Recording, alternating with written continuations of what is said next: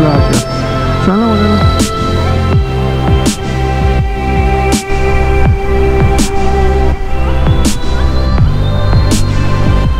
Ganda naman ang views dito sa may lugar na ito. Ayan, makalagal. I love Alaminos. Ayun o, ganda.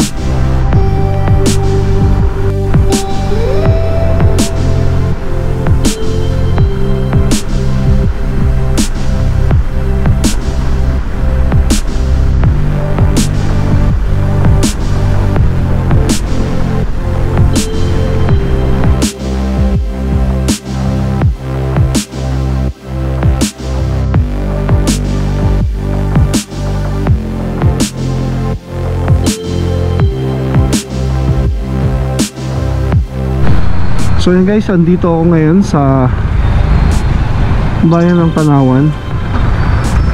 At for today's vlog po ay pupunta tayo ng Rizal Province. Ayan, inabot pa tayo ng stop dito sa pakaliwa. So yun, magtatagal pa tayo ng konti. At lilibutin natin ang bayan ng Rizal, especially yung Halahala area. At bibigyan ko na update kung saan tayong lugar na nandun mga kapanalig. Medyo yung weather is hindi ko alam kung tutuloy-tuloy siya. Kasi ang problema ito, madilim yung papawirin. And hopefully hindi naman sana umulan, no? Para walang sagabal sa mga biyahe natin, paikot-ikot, o sa mga pupuntahan natin mga kapanalig. At ang San Pablo po, bukod sa Seven Lake, ay kilala din sa tindahan ng masasarap na ube halaya. Itong barangay na to talagang mga ube at halaya po yung mga pangunahing ibinebenta nila dito. Masarap yung ube halaya. At ang isa sa sikat na bilihan ng ube dito yung Tentay's ube. Ewan ko kung bakit ang daming dun bumibili sa Tentay, ano. Halos pare-pareho lang naman. Pero sabi nila, itong Tentay, ito yung kauna-unahan na tindahan ng ube dito. So siguro tigil din tayo dito, bumili tayo ng ilang piraso para at least tikman natin ang ube halaya ng San Pablo. Ayun, nakikita ko na yung Tentay. So baka dun tayo bumili. Kaso ang problema dito, dami ng pila oh. Ayan. So lahat to naghihintay na bumili. Ito yung Tentay grabe, may pila. Okay lang, pumili na tayo. Pumili rin tayo para at least makabili tayo ng mga ilang piraso dito. Ito yung lakas ng Tentay, no? Dami bumibili Grabe ang pila. Ang hirap bumili dito kay Tentay. Ang dami ng pila, dami bumibili, no? At sa lahat mas mahal yung kanyang alam mo yun, mas mahal yung benta niya compare sa mga iba na may mga tindahan dito. Sa iba kasi ay 35 lang ang ube, pero dito ay 45 at 55. Ganun na yung kalaki na pagkakaiba. 10 piso, pero alam mo yun, kahit 10 piso yung diferensya, mas gusto nila dito bumili kay Tentay.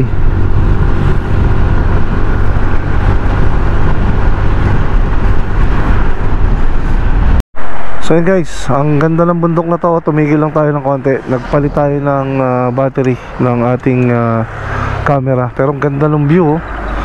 So let's go again. Andito ako ngayon sa may Kalawan area. At ang lalabasan natin ito dito sa may Jollibee dito.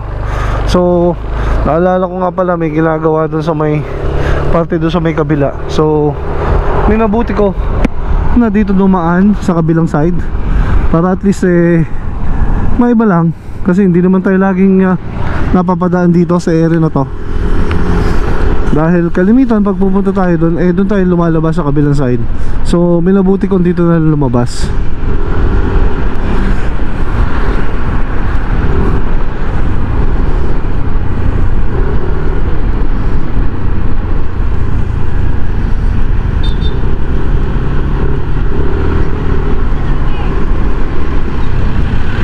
Ayan guys, papunta tayo sa Santa Cruz. Ito papunta Las Baños, tong kaliwang to.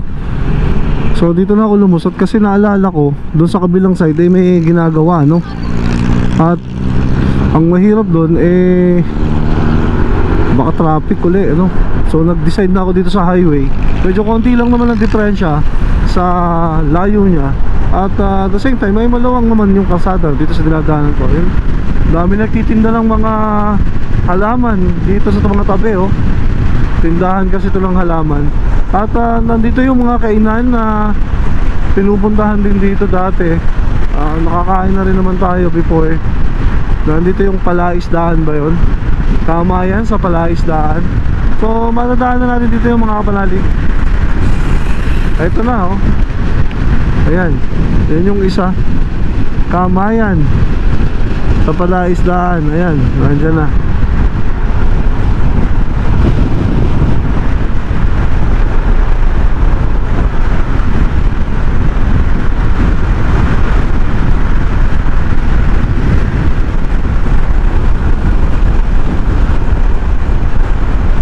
At ito pa yung isa na pinupuntahan din dito. Ayan, oh, ang ganda rin ito. Ayan, yun, oh, Palaisdaan naman yun, yung kabilang side na yun. Buti di pumapatak yung panahon, yung ulan, maganda yung panahon. At ayos, talagang yung weather is parang sa mga nagmumotor, ano? Hindi mainit, ang lamig dito eh. Pasok sa damit ko. So shoutout nga pala sa damit na nag-sponsor sa atin ng Club Moto. Ito.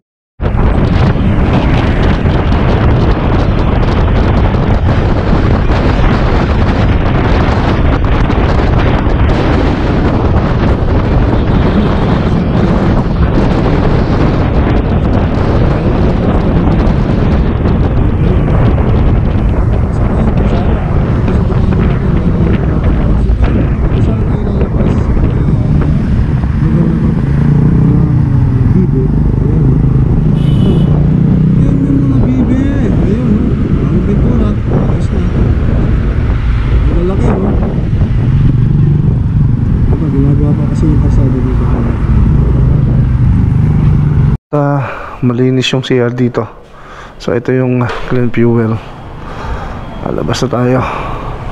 So nag stop over ulit tayo dito sa may Pila, Laguna. Kasi medyo malayo-layo pa yung stop natin, yung biyahe. So stop lang tayo.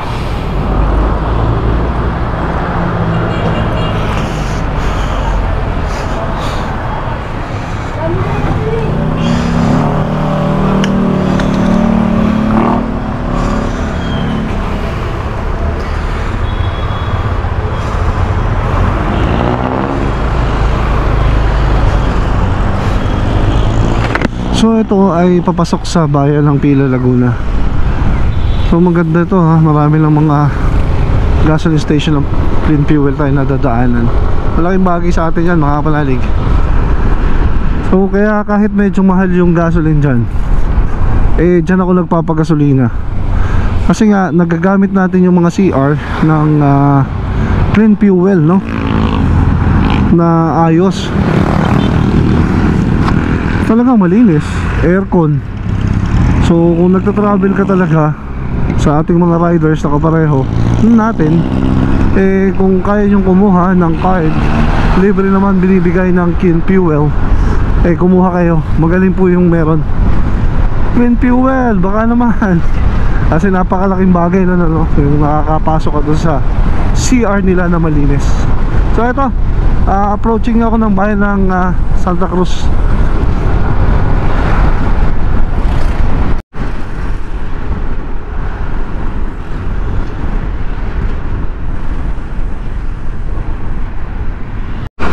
So papasok tayo ng bayan ng Pagsanghan, Laguna. Ito na yung tourist capital of Laguna.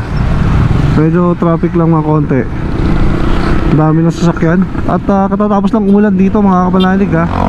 Buti na lang hindi nung dumadaan tayo umulan. Pero ito, basang basa pa yung karsada dito. Talagang makikita mo yung mga wet basang-basang mga kalsada pa dahil sa lakas ng ulan. So yan guys, papasok tayo ngayon ng municipality ng o yung poblasyon ng Pagsanhan. At ito yung kanilang famous landmark, ang Pagsanhan 1870 1880. Tagal na rin ito 1878 at 1880 nung ginawa. Pero siguro marami na rin mga niretoke dyan. Kasi sa tagal lang yun, bakit nakatayo pa? Or nirebuild lang nila, no? Pero may mga structure talaga na tumatagal nung una pa lang. Ito, marami din dito mga bahay na mga sinauna. Ayan, makita nyo, no? Dami,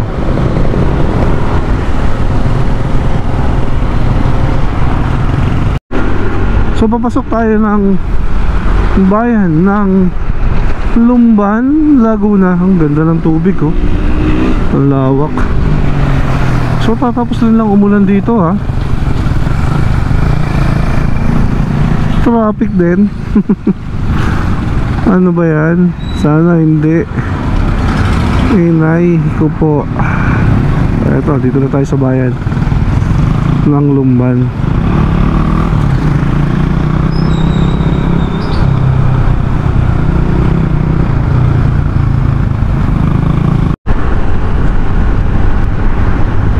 So paakyat ako dito sa may area ng Kalayaan. At nandito yung pinababagsak na tubig, pero maging hydroelectric camp. Ito yung pinagkukuhanan ng ilang megawatts din to, 1000 megawatts yata to, na dito sa Laguna. Ito, between Lumban and Kalayaan Island. So dito sa kabilang side na to, makikita niyo yung Laguna Lake, ang ganda, ayan, marami ding view deck din dito, no. Pwede rin siguro kung tumigil muna. Ito, well, waterfalls. Dito mo yun, may waterfalls. Welcome Kalayaan. Kasi umulan, kaya ganito siguro yung weather. Umulan ngayon. Ang ganda nun, nagkaroon ng falls kasi sobrang tubig yan galing dito sa taas, no. Ang lamig nga dito mga kapanalig sa area na to,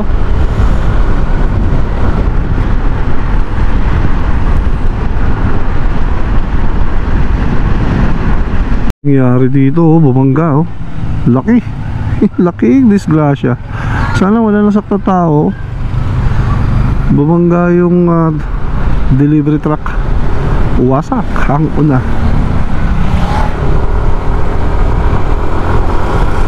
So approaching tayo ng bayan ng Siniluan, mga kapanalig. So we're entering sa bayan ng Paitay, Laguna, mga kapanalig. Medyo dumidilim na kasi it's already 5:30 na ng hapon at madilim na, no. Pero magaling at walang ulan. So ito yung kay Tiger Leandro na bahay at kanyang tindahan. Ayan mga kapanalig.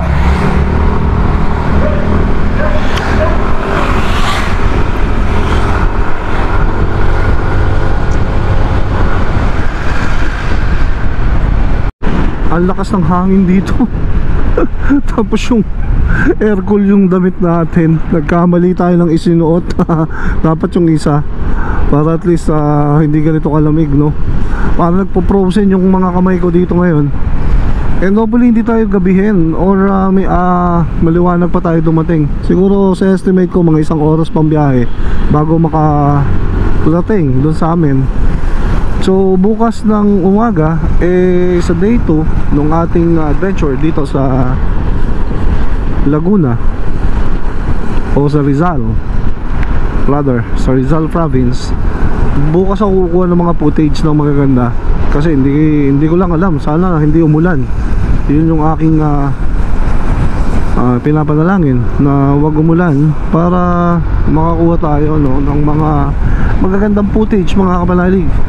Kasi sa panahon na ito ngayon hindi tayo makakakuha ng mga footage pagka ganito. Tapos yung pagpatak na oil, mantakin mo yun, no? Kambuti hindi tayo napapatsyempo dun sa pagpatak ng ulan. Napakabait pa rin sa atin ang panahon. Kasi di tayo inaabot, no? Pag pumapatak siya, nakahinto tayo. Tapos pagka tumatakbo tayo, hindi naman siya pumapatak. Pero malayo pa yung pupuntahan ko, mga kapanalig. Iba yung daanan ko ngayon. Magbabayan ako ng Siniluan, yung lusot nito Siniluan, tapos mabitak din yon sa may kabilang side. Pero layo ko pa. Ito, kalulusot ko lang dito sa may kantuhan na to. Matagal akong hindi dumadaan. Bihira kasi ako dumaan dito sa area na to. Kasi pag big bike hindi motor yung dala mo, naka 4 wheels ka, dadaan ka ng bayan, so may traffic. Pero pag ito naman ganito, okay sana, mabilis itong ipasok, no? Kaya hindi ako masyadong nag-aalangan ngayon. Dahil ang dala naman natin ay yung motor. Pag motor, madali namang isingit, unlike sa 4 wheels na ginagamit natin. So eto,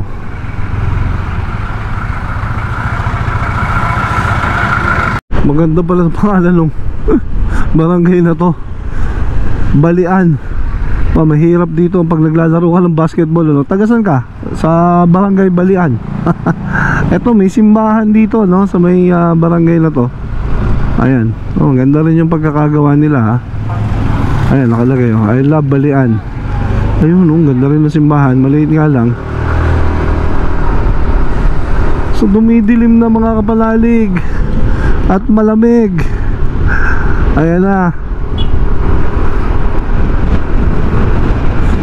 So kung di ako nagkakamali ay sakop ito ng bayan ng Pakil.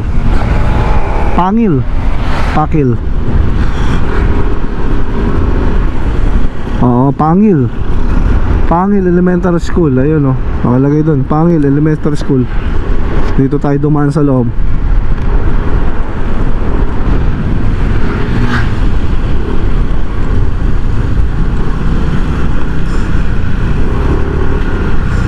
Siguro kaya tinawag na barangay Balian kasi yung daan, no? Halos lahat siya binabali. Kaya barangay Balian. Yun na sigurado yun. Kita mo dito yung daan ay baling-bali. Ganda rin ng ilog, mukhang ayos na ayos pa. Ayan, meron din palengke. May palengke. Ito na yata yung palengke ng Pangil, no? Magpipiesta pa yata dito.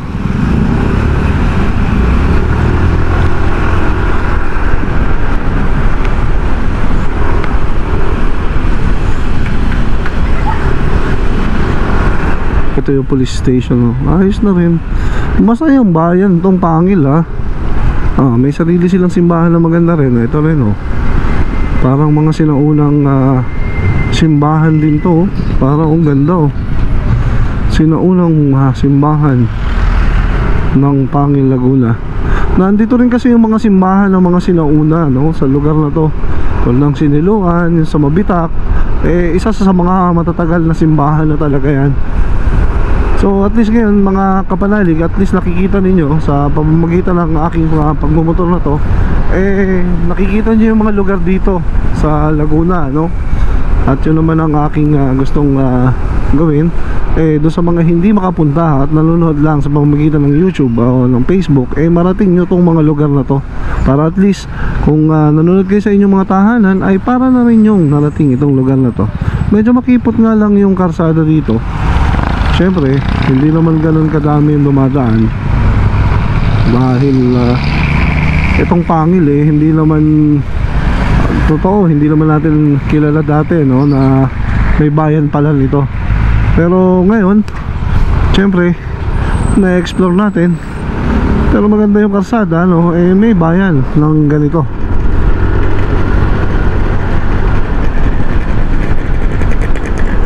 So in my left, makikita ninyo, no, yan yung lawa ng Laguna Lake, no. Laki rin niya, tapos yung kabila ginagawa tong mga taniman ng palay. Pero kapag malakas ang ulan at may bagyo, no, umaabot yung tubig niyan dito, nakakaabot dito. Kaya Mahirap din oh. Ang ganda naman. Ganda naman ang view dito mga kapanalig. Ayun oh. Grabe oh, ganda. Ayan oh. So mayroong tulay ditong ginawa. Ayan, para iangat yung tulay. Dahil siguro may ilog din dito na maliit. Yung kanina siguro nakita natin doon sa bayan. At ito oh, tinaas nila dito para hindi maabot na ang tubig pag tumataas. Wow, dami nang nakatigil dito ng mga bystander oh, yung mga bata. Kasi may ilaw, tapos maganda yung view oh. Grabe yung ganda ng view dito mga kapanalig. Sa may area na to oh. Oh, kita mo oh. Ayan, ganda ng view dito. So kaya naman sila nagpapasyang dito tumigil no, kasi maganda yung view.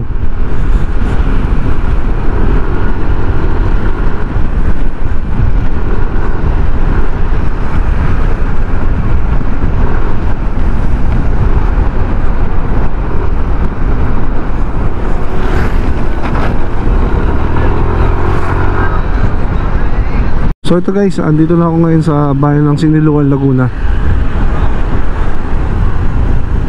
Malaking bayan din to Siniluan. At malaki ding bayan ano. Nung pumunta tayo ng Infanta Real Quezon, yung dinaanan natin doon bago dumating ng Real, bayan ng Siniluan, Laguna pa yon. So sa kabilang side yun. So ito yung kabila naman na side. At kung makikita mo, malaki din ang Siniluan ano. Laki din ang area na to. Maulad rin bayan tong bayan ng Siniluan. Ayan, kompleto na rin oh. Ang dami rin ng bangko, maraming 7-Eleven. Yun nga lamang, makipot rin yung daan. Hindi na mapapalaki siguro yung karsada dito kasi dikit-dikit na oh. Halos nagdikit-dikit na yung mga karsada. At hindi naman siguro nga ito daanan ng malalaking truck kasi sa highway lang. Ito naman yung mismong municipality. So may mga ilog pa rin dito na maliliit. Ito, maliliit din yung mga karsada. So nakaraan na naman tayo dito, kaya alam natin yung itsura nito mga kapanalig. Hindi ito yung first time natin dumaan dito sa bayan ng Siniluan, Laguna. Kundi ilang beses na rin naman tayo nakadaan dito, papunta doon sa bahay natin o doon sa inuuwian natin dito sa Rizal ano? So ipinakita ko lang sa inyo na sabi ko dadaan tayo sa bayan ng Siniluan, Laguna, Pangil. Pati itong Pangil ano. Ayan, ito po yung bayan ng Siniluan.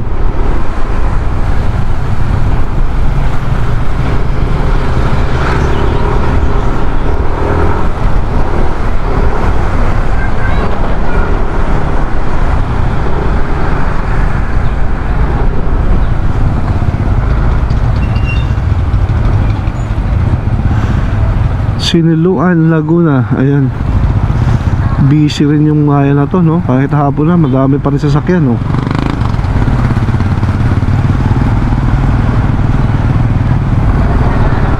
Ayun no, may McDonald's na rin. Kaya masasabi mo na maulad yung mga bayan ano, pag nakakakita ka ng mga ganyan oh, McDonald's, Jollibee, ibig sabihin maraming tao at maraming possibility ng pagkakakitaan. Ayan, ito yung kanilang basketball court. Laki din ano. Oh, may Robinson din pala dito. And may Jollibee. So kompleto mga kapanalig no. Yung ito yung Jollibee oh. Ito lang yung dati Jollibee, pero ngayon siguro sa sobrang lakas nga din ng madami na rin tao, malakas yung benta ni Jollibee, nandun si McDonald's. So pababa tayo dito sa may kanilang public market. Ito, dito tayo dumaan para makita uli natin ang itsura nito. Malaki na rin ang improvement na ginawa dito sa bayan ng Siniluan. Ayan. Oops, may traffic. Yun lang. May rush hour din pala dito sa bayan na to no? Marami talagang tao. Oh, dami guys. So ang akin naman pupuntahan ay parte ng Rizal, Laguna. Rizal province, not Laguna no. So ito Laguna nakakasakop. Yung amin ay Halahala, Rizal. So magkaiba ng bayan ano. So ito yung palengke nila. Dami ng tao.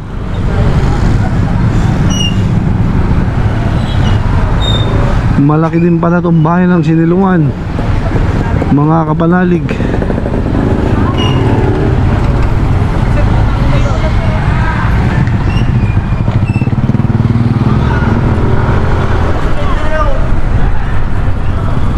Ito, boundaryhan na pala to ng Mabitak. Ganda naman ito, oh. Nilagay nila na to, no? So Mabitak, Laguna. Nandito rin yung magandang simbahan na nadadaanan natin na nasa ibabaw, no? Hindi ko pa napuntahan yung simbahan na Mabitak na yan, pero napakaganda rin. So ilang bayan yung dinaanan natin? Bayan ng Pangil, Siniluan, tapos nandito tayo ngayon sa Mabitak, Laguna. Ay, ito yung kanilang munisipyo ng Mabitak. Maunlad na rin siya, ha? Madami na rin mga establishment na ginawa dito. Kaya masasabi ko na maunlad na rin tong bayan ng Mabitak, no?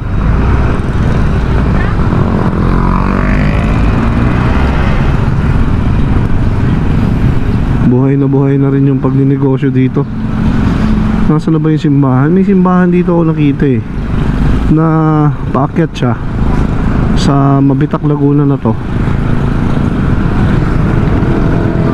Dito lang yun, eh. Nakalampas na pala. So eto na, guys. Diretso na ako dito sa papunta sa amin, ano? Ito na yung lugar, eh, na diretso, manggigilid lang tayo ng lake at nando na tayo sa aking tahanan. Ayan, pagkakit kasi dito, kung makikita ninyo, yung dulo na yon ng bundok, dun tayo sa kabila na yun pupunta. So sa estimate ko, mga around 30 to 40 minutes ay nandun tayo sa lugar na yun, mga kapanalig. So dadaanan natin dito, itong mga palayan na kapareho nitong dinadaanan natin ito. Ayan, ganda ng bundok, ano? Ayan, so lamig dito, ha. So kung pupunta kayo dito, dapat naka-jacket. Malamig ngayon. Magandang, masarap magmotor, pero yung mga taga rito, sanay sila, eh, oh.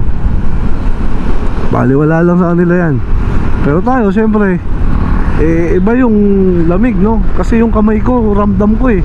Hindi na nga ako nag-gloves kasi para at least masabi ko kanina may init, pero ayun, nilalamig tayo ngayon.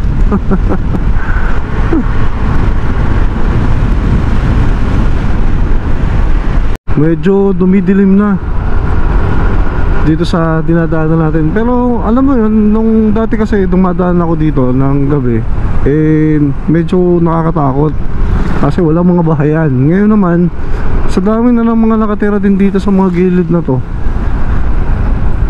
para na rin akong nasa bayan sa lugar na ito. Dati hindi ganito, konting-konti lang yung mga nakatira. Tsaka yan, dami na rin ng mga kainan dito.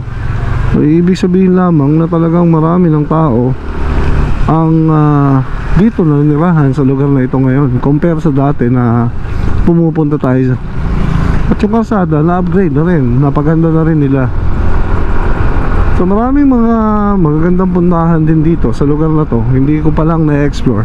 So try natin i-explore tomorrow. Kung kakayanin natin, puntahan natin yung mga pwedeng mapuntahan dito. Kasi dito sa may area ko ay alam ko may flower farm, eh. So siguro kapag kakayanin natin tomorrow, kung maganda yung sikat ng araw, pupunta tayo doon sa may flower farm. So hindi pa to yung lugar ko kasi nakakasako pa dito, paakil pa rin to. Laguna pa rin to, yung akin ay boundaryhan ng Laguna at saka ng Rizal, mga kapanalig. Kaya medyo malayo-layo pa. So estimate ko pa is 30 minutes na papunta doon.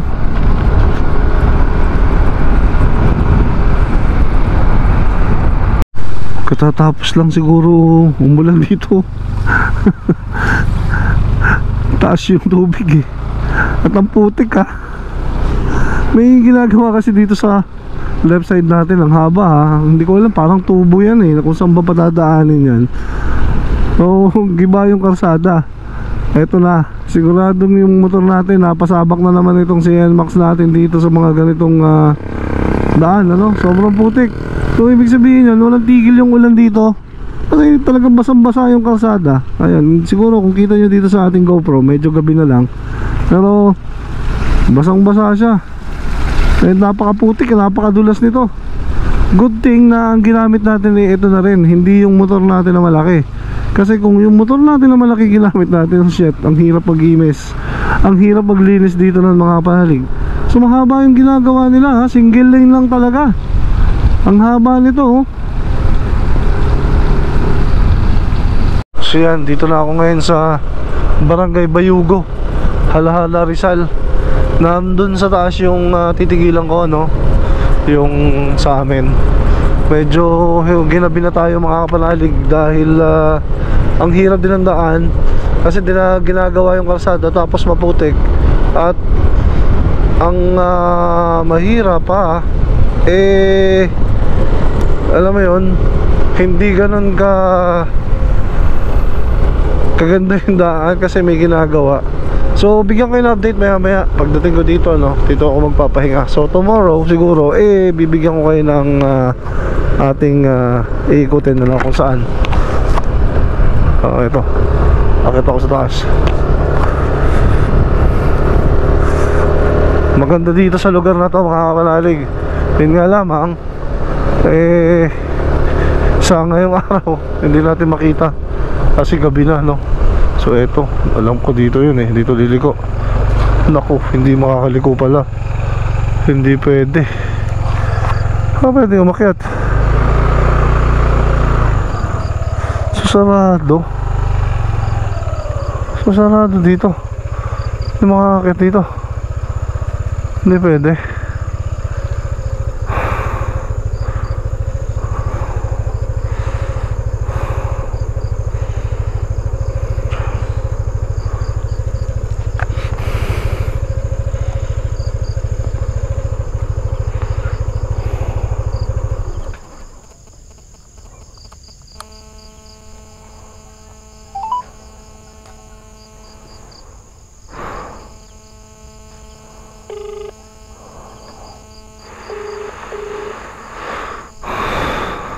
Nasaan ka? Din eh. Saan? Saan ka pumark? Nandun na ang motor? Nasa likod, sunod kayo kung parking. Ay, sarado? Pala ko lalaka, dadaan. Ano diyan ka? Oo. Kaya mo saan ka?